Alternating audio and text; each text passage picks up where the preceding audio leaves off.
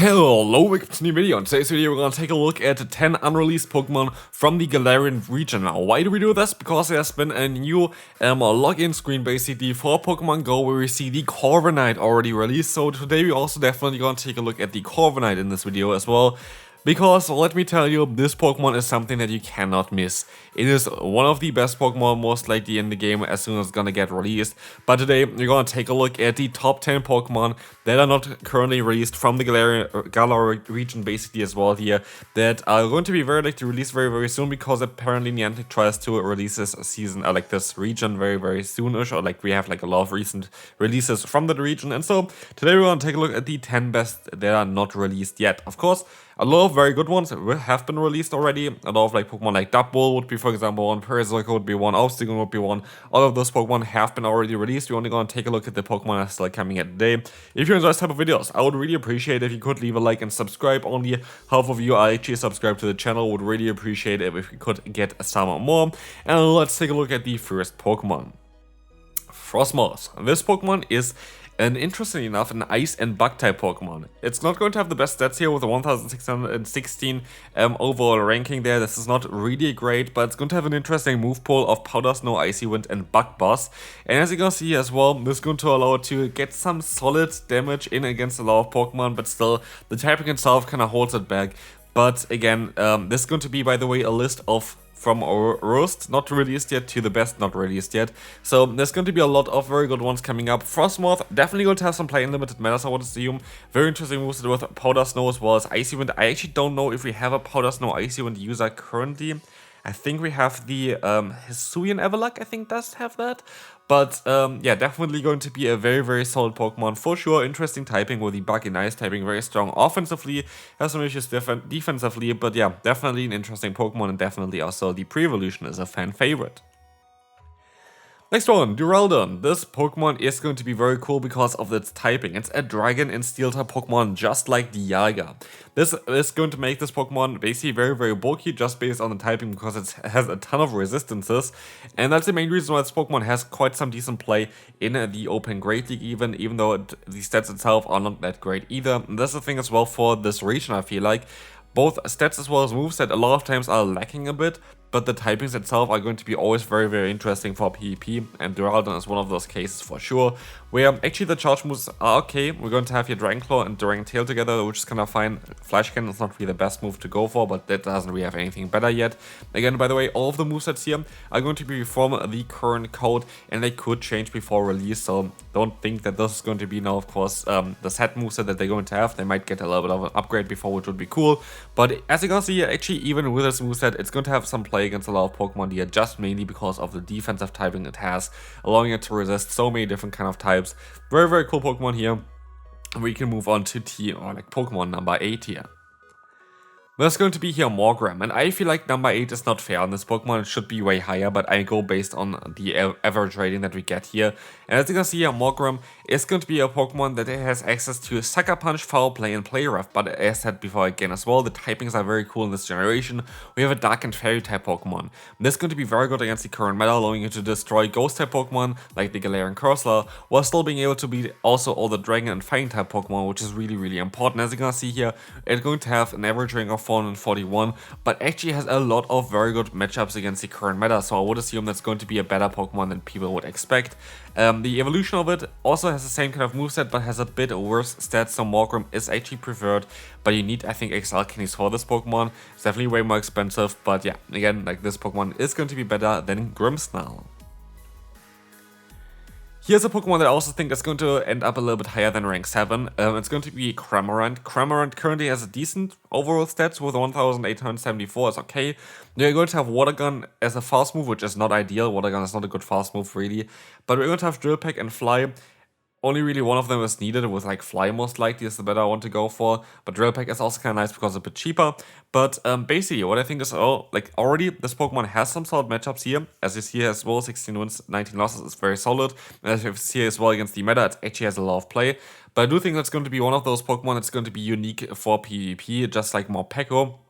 Because as you're going to see as well, it has the uniqueness to it that every single time I think it goes for I think it's Surf as well as Dive or something like this.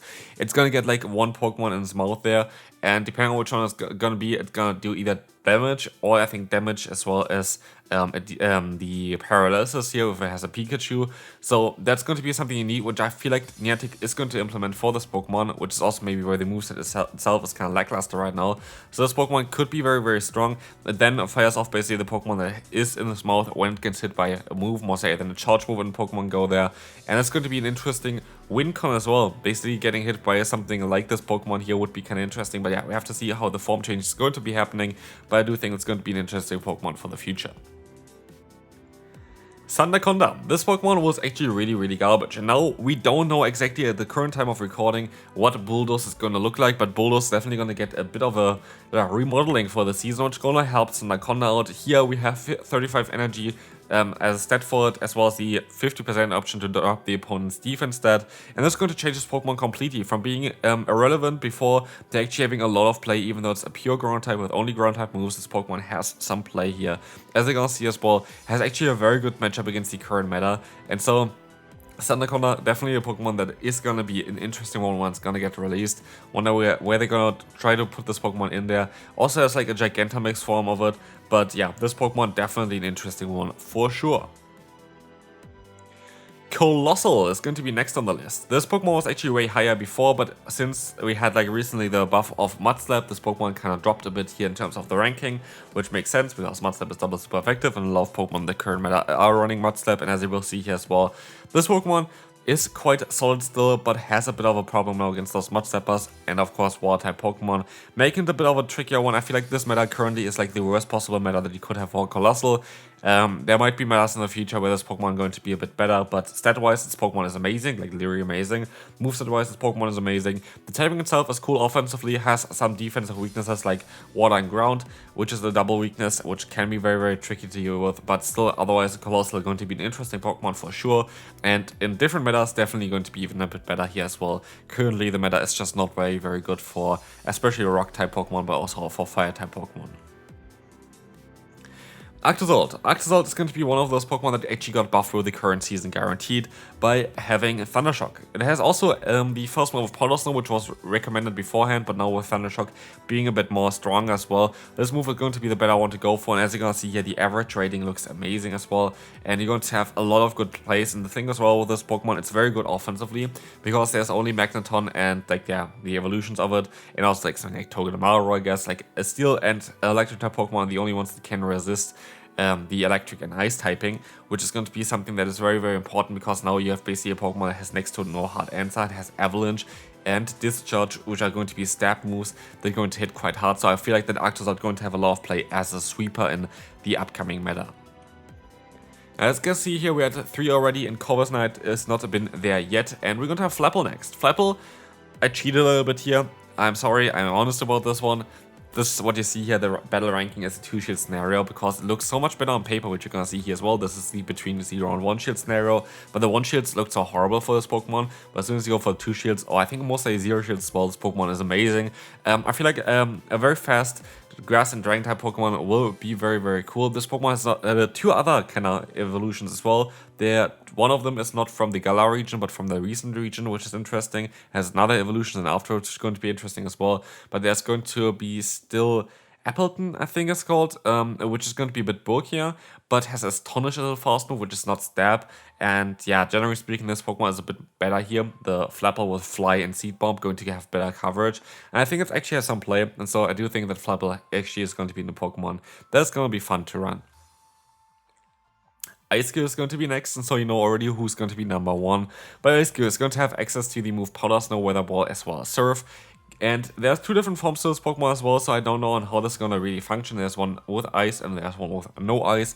No Ice has a ton of attack, but yeah, not so much defense and stamina, and this one is like, I think, okay, not so much defense, I think the stamina stays the same, but here this Pokemon is going to have quite a lot of defense, quite a decent amount still of attack to be fair, but just very, very good stats generally speaking, and an overall rating of 2143, and with Powder Snow, Weather Ball, Ice, and Surf, which it currently has in its moveset, this Pokemon is going to be amazing for sure, and as we will see, average rating over 508, and looks like really, really good in the current meta. will definitely be an alternative to Dugong. Dugong might still be the better one, but here you have a better fast move, a better charge move with a weather ball compared to Ice Event, even though Ice Event has some benefits as well, and serve as coverage move, so I feel like Ice Cube is going to be a very interesting Pokemon for the future. And with this, we're gonna now take a look at the final one, which is going to be Corviknight. The Pokemon that you're gonna see currently when you open the game in Pokemon Go there, we're gonna see here Corviknight's moveset and stats. 2130 overall ranking is great, but it's actually not that overpowered. Like you saw already on today's video as well, there was the Colossal.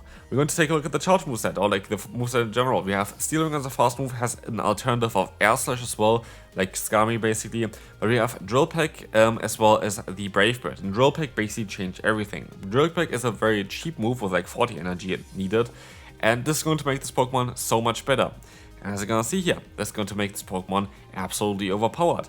And you might think, oh, 562 average rating. We had like Pokemon like Pingo that had very similar ones here as well. It shouldn't be that overpowered. There is not a single Pokemon in the current top meta that's going to be able to beat this Pokemon. Like, this Pokemon is absolutely broken.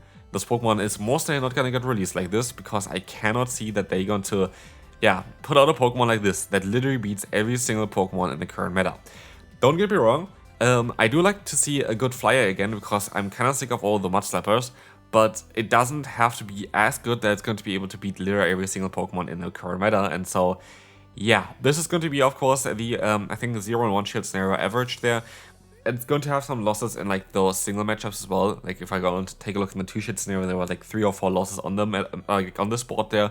But generally speaking, it basically beats everything. And it's just basically, Skami in way better. And that is going to be very difficult to deal with. And so, I could see that Drill Peck is going to get taken off from this Pokemon, otherwise it has Iron Head instead still available to its moveset, but this Pokemon is going to be insanely strong. And yeah, this is going to be it for this video. Hopefully you enjoyed this one. Corviknight is going to be exciting for that season, and it's going to be it for this one. See you then. Bye bye.